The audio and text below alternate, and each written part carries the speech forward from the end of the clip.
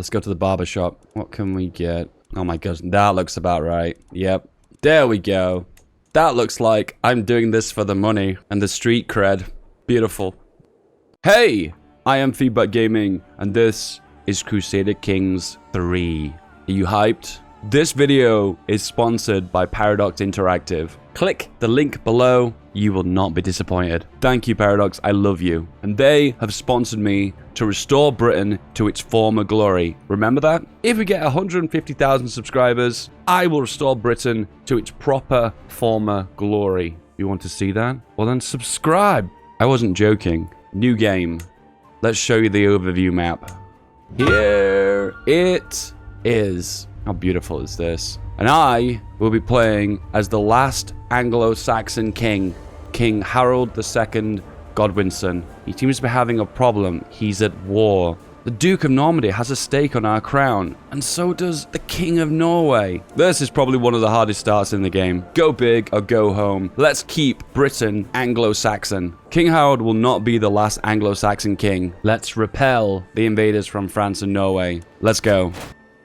So you're probably wondering, what is Crusader Kings 3? In Crusader Kings 3, you play as this fellow. Unlike Hoi 4 and EU 4, you don't play as the country. You're playing as a character, a member of a family. Your job as that family member is to carve a world-renowned dynasty. Repeat, you're not playing as the country. You're playing as a character. This isn't a dedicated guide of how to play Crusader Kings 3, but if you want that, 5,000 likes. First of all, we have an army here. Press G to merge those babies up and give them a commander. And the most competent commander, funnily enough, is your brother, who is the heir to your kingdom. He has 27 commander ability. He is the man for the job. Where we'll also go is go into military and raise all the armies. These are all the levies owned by my vassals, as well as owned directly by me. To top that off as well, we're also going to create some men-in-arms. These were called Retinues in Crusader Kings 2. These are like actual professional troops. Not just like these guys with pitchforks and spears. We've actually got professional armies that we pay a lot of money for.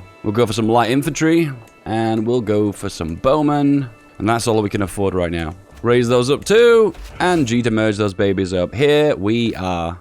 If you click the banners in the bottom right, you can see who you're at war with. 2 wars. One with the King of Norway, and one with the Duke of Normandy. What I'm going to do to cheese the war versus the Duke of Normandy is wait for him to land in the south coast of England and then immediately intercept him. What that does is gives me an attack advantage because they've just recently disembarked from a ship. Let me easily mop up their armies. Now, there are some other domestic stuff we can take care of at the top of the screen here. All these issues. So first of all, we have this strange Anglo-Saxon voting method where we vote for the next king of England. Yeah, we're not going to do that because that system creates a lot of issues like with your capital city moving, which is very frustrating. You can also choose a lifestyle. Because our current king has a martial education, which you click on him here, and you can see here, he is a skilled tactician, which gives him a bonus to martial, which gives more levies, more attack power, and whatnot. He also gives a bonus to how much experience he gains from his lifestyle. So we are going to select martial. He's already a strategist, which is really good. You can also select a lifestyle focus on the left here, which gives a bunch of flat bonuses. This one is probably going to be the best one for now. So this gives extra prowess, which means they do better in combat, and it also makes our knights better as well. Knights are these boyos here. The number next to them,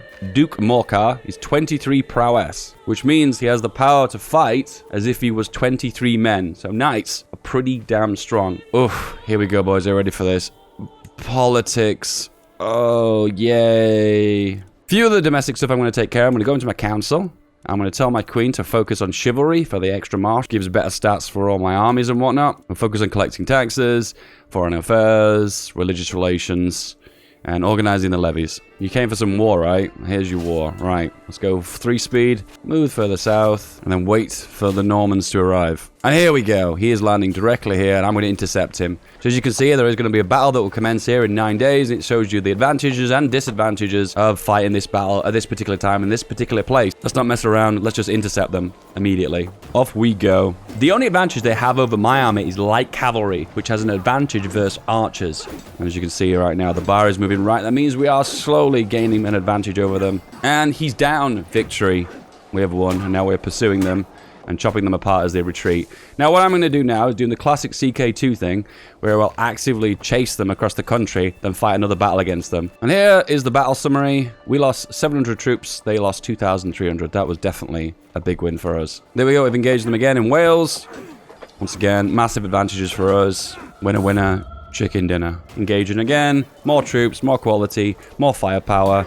But remember, we're Anglo-Saxon. We're all about our heavy infantry, right? I think we do have the ability to hire classic Anglo-Saxon heavy infantry. Yeah, we do.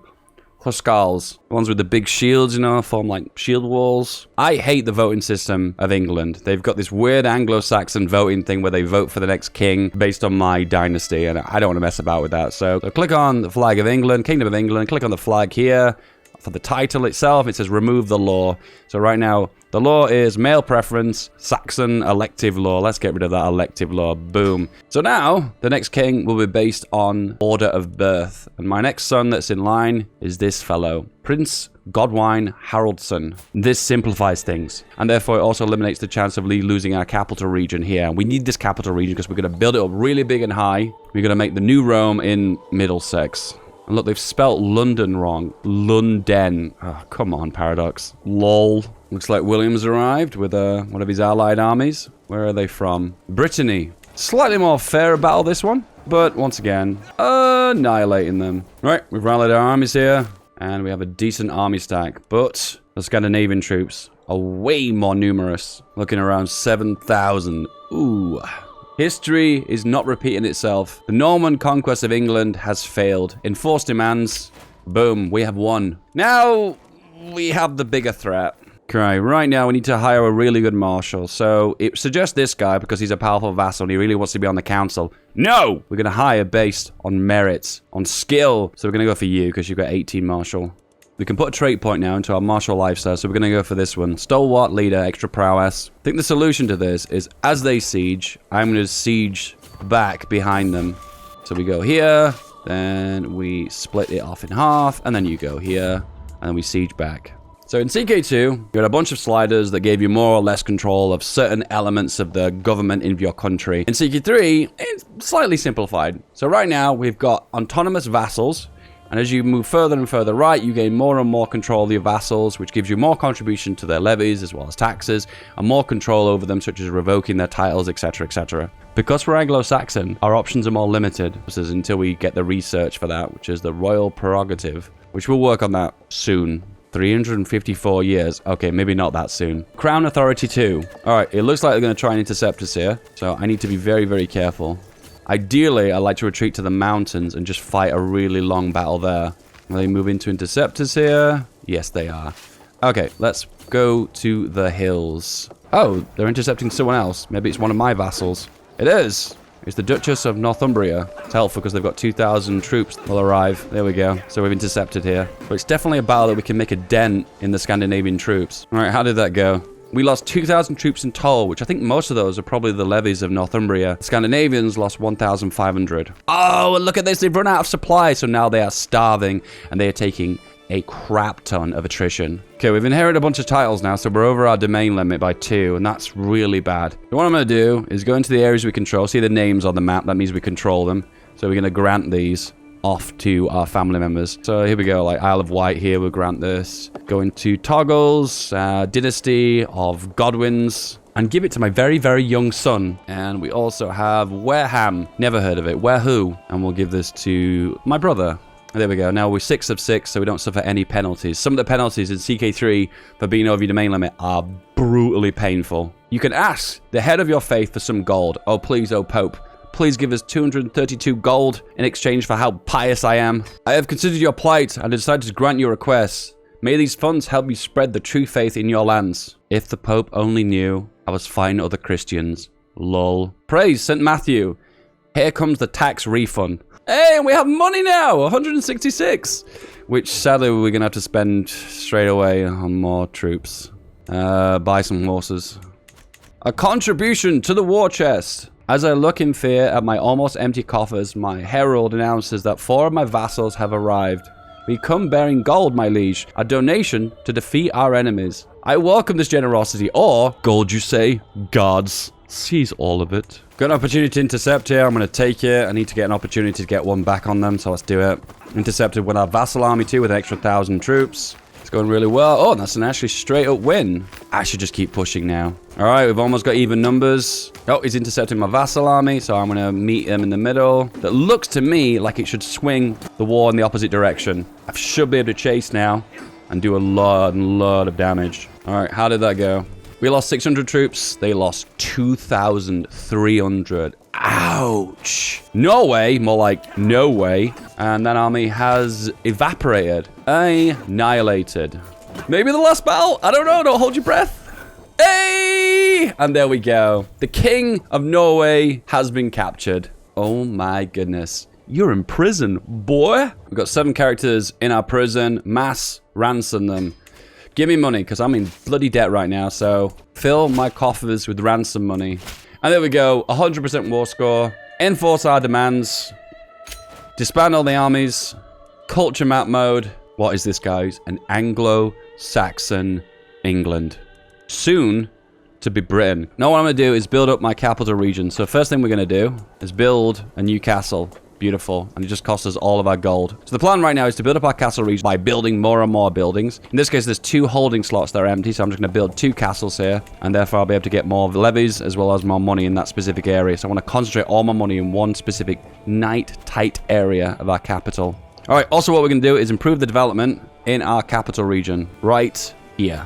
Development is a number between 1 and 100, and it determines how much money, how much levies, and how much supply is in this region, and it gives bonuses for lots of other things as well. Right, I think we've got enough traits now for our marshal. So what I'm going to do now is change my traits towards learning for a very brief period. And we're going to focus on scholarship focus, and we want to get scientific, so we get our technology progress to go a little bit faster, and also increase development in our county efficiency, which will mean our development will grow in our capital faster. So we click here, which is our culture view, which is like culture meets technology all at one. Because we are the head of our culture, for the Anglo-Saxons, we can select an innovation to get more progress. It's called fascination. So for instance, his fascination right now is battlements. What I want to do is get full grip and power over my realm. So I want to focus on royal prerogative. And this allows us to enact high crown authority and absolute crown authority laws, which allows us to get more control of money and levies within our realm and control and consolidate our kingdom. So in this case, that is going to be our fascination. And if you hover over here, you can see fascination plus 44%. So we're getting a 44% bonus to working on this innovation. And now it will only take 35 years. Nice. In our main holding, in our capital, we've got the option to build a new building. We're going to go for this one, farms and fields, which gives a nice juicy bonus to tax. It's only 150 gold. So I was curious, what did happen to King William the Bastard? He died. He died from his wounds in 1077. Oh, damn! F in the William. Now, what happened to the King of Norway? Norway, he died during a siege in 1076. Guys, everyone who tried to dethrone me is dead. Long live King Harold Godwinson. Can we comment that below? So the easiest thing we can do right now to get some free land is, right now, the Kingdom of England consists of all of this. But I believe Cumberland is de jure part of the Kingdom of England. I believe so. Let me just double check. Declare war. And yes, we can seize this. De jure basically means by law. So by law, we can push our claim to declare war, and we will. It costs us 50 prestige, and they have a very small army. So raise the levies, and we are going to take Cumberland. Not going to mess around. Just going to intercept the Scottish army here in the hills and annihilate them. The King of Scotland versus the King of England. Who will win? By the looks of things, it's already over. Okay, first thing I'm going to do is occupy the land I want to take, because this gives us a big chunk of the war score. Your glory is widely known. I agree. And another one! And push deeper and deeper into Scottish territory. I think what we'll do is, because we're so confident we can win this, is we can split the army in half and siege multiple lands in one go. Okay, we get a new lifestyle perk now, and we are going to go for scientific. Cultural fascination plus 35%. So if we have a little cheeky look, before we click on that, we'll see what impact that has. So right now, it will take an estimated 31 years. So if I go for that trait, scientific, it will now take 24 years. And taking back the county that we want, 100% war score, taking the county of Cumberland. Build farms and fields again when we've got enough gold. There we go. Stack that income as high as it can go. All right, we've got one claim that we can push in Wales. So do you know what? I'll take it. So let's just push it and siege this down at lightning speed. Done. Enforce demands. You have died.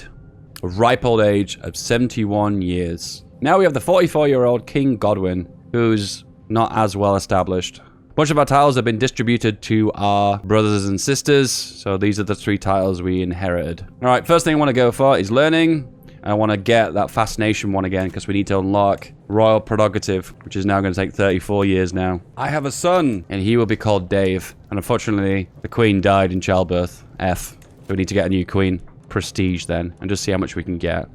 So if we marry this 9-year-old, we get 500 prestige. You know what? Let's do it. All right, so we don't actually gain the prestige until she comes of age. So it's, I think it's 15 or 16, and then we'll get the big prestige hit. We've got lots and lots of money right now, so I think we should spend it. Build another holding, another castle. Yeah, why not? All right, let's upgrade the city of London, never heard of it, to level 2, which gains us some more levies, more garrison, and more tax. Yes. Right, scientific trait, and then we're going to go for planned cultivation, and then we'll probably go for intrigue and get the ability to fabricate hooks, which are like favors, so we can use a favor to bring him into our court, and then we can push his claim within our country, and then we'll work on stewardship. Extort subjects. Ooh, let's do that.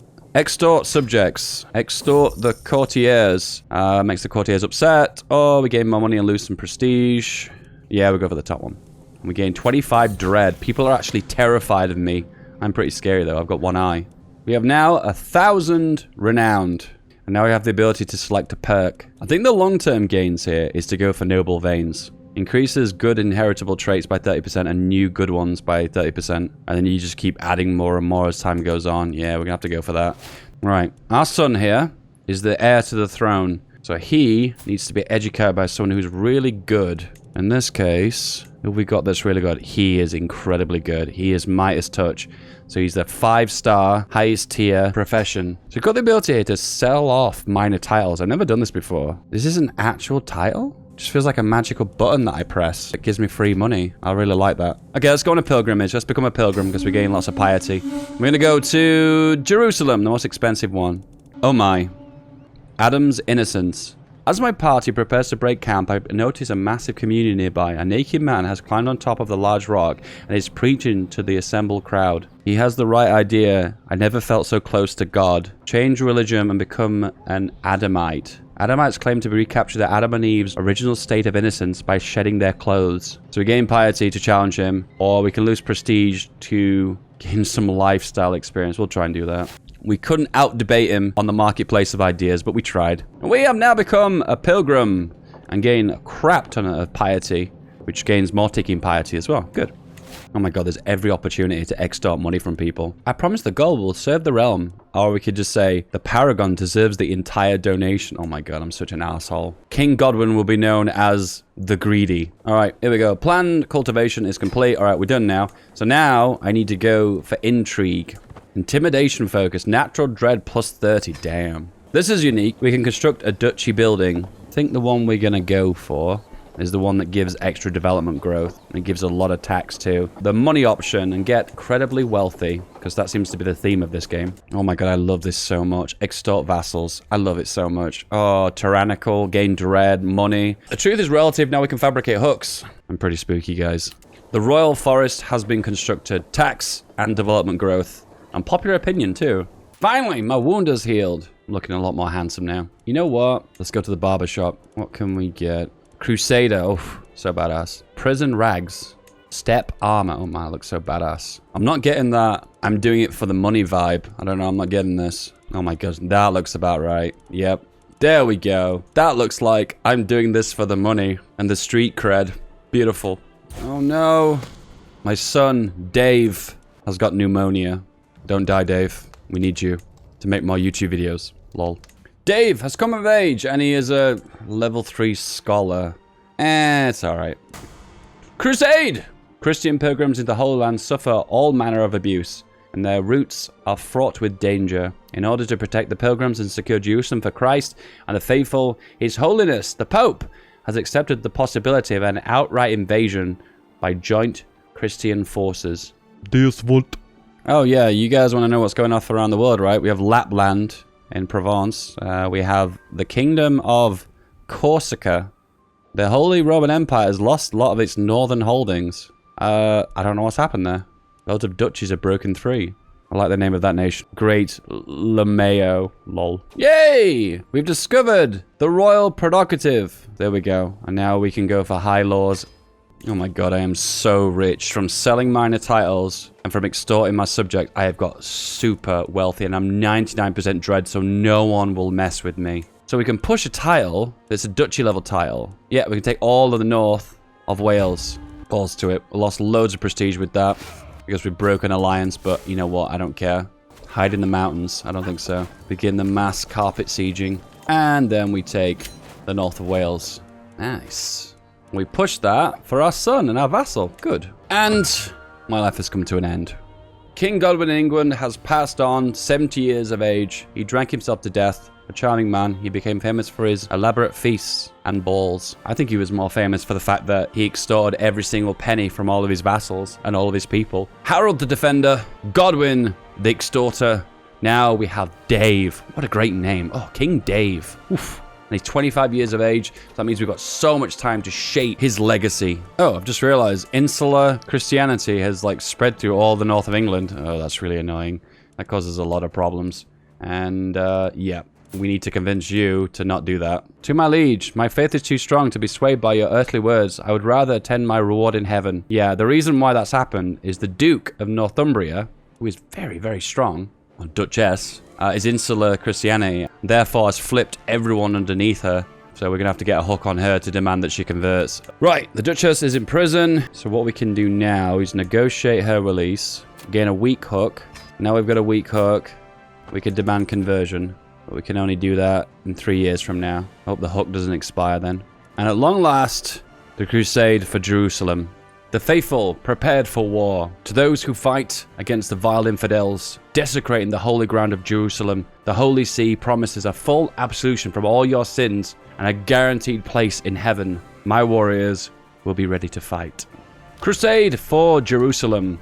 The time has finally come to bring St. George's holy wrath against the vile infidels of Jerusalem. Deus Vult. Alright, raise the armies.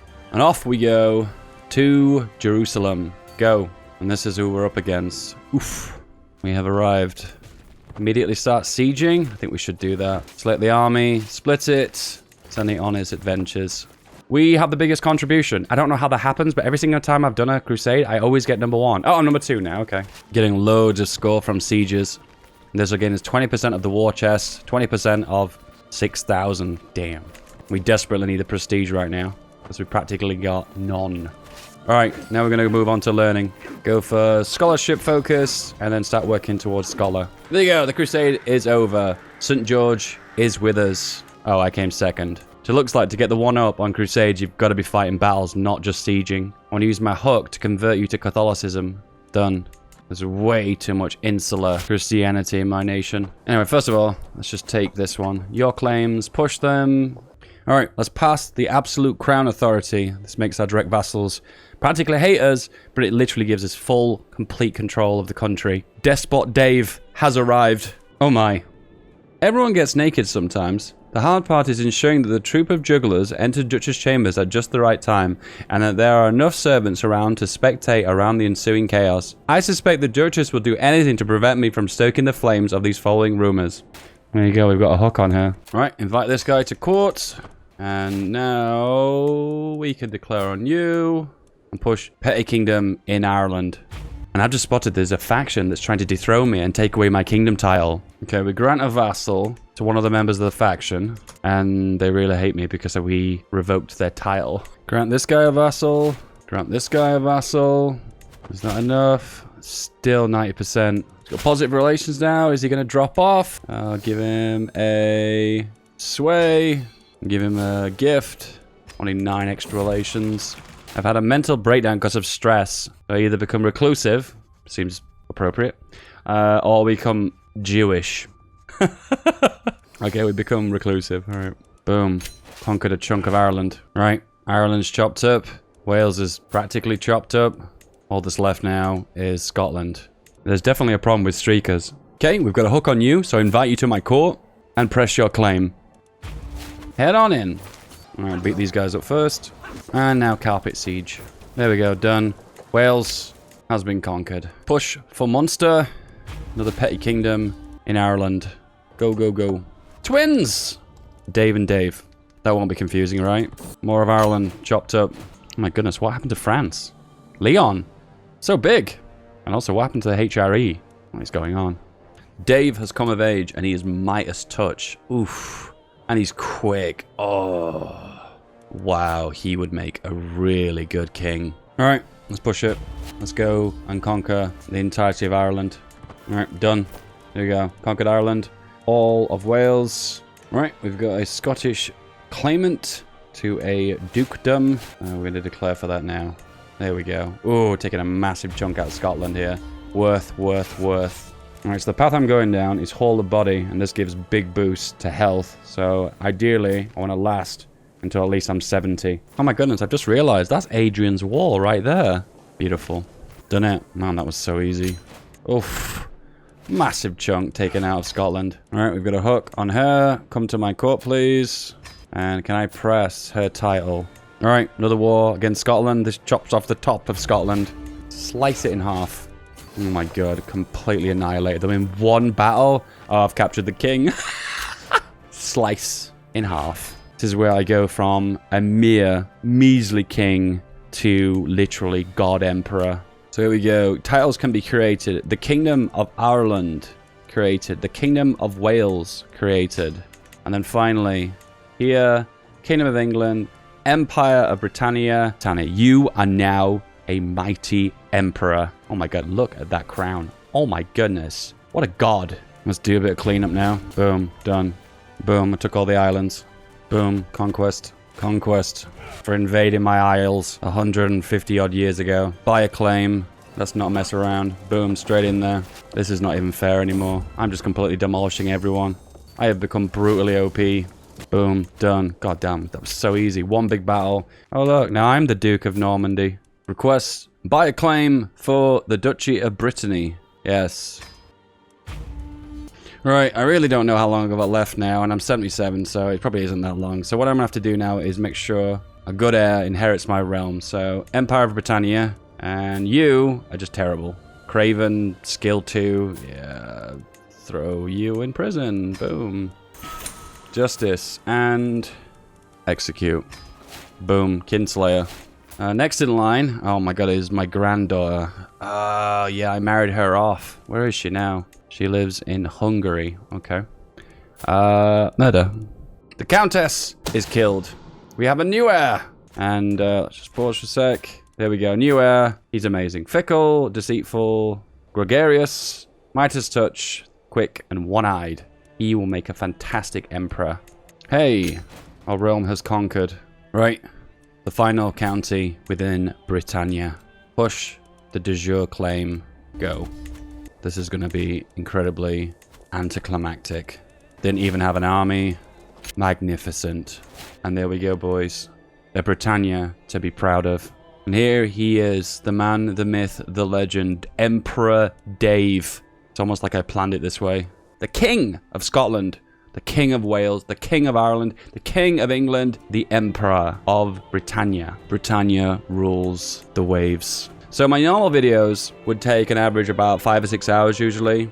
This video, on the other hand, including the game time and all the practice, comes to about 50 hours. There was a lot to learn. Can we get a like and can we get a subscribe for that? I would really, really appreciate. You are on death's doorstep, all ready for my heir to take control. Emperor Dave I of Britannia has found peace in Christ's embrace at 82 years of age. He was the head of the Anglo-Saxon culture, was dreaded, a living legend, devoted servant of God, and he fought in 21 wars. And look at the titles that I've lost. I've lost the Kingdom of Ireland, I've lost the Kingdom of Wales, and the Kingdom of Scotland. All gone to Dave's.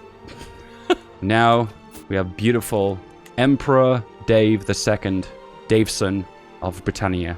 What a handsome chap. Currently, guys, ad revenue has tanked. The lockdown has totally frozen the YouTube economy. If you want to help me out, the best thing you can do in these dire times is become a patron. The link is in the description below. Thank you, boys and girls. Bye-bye.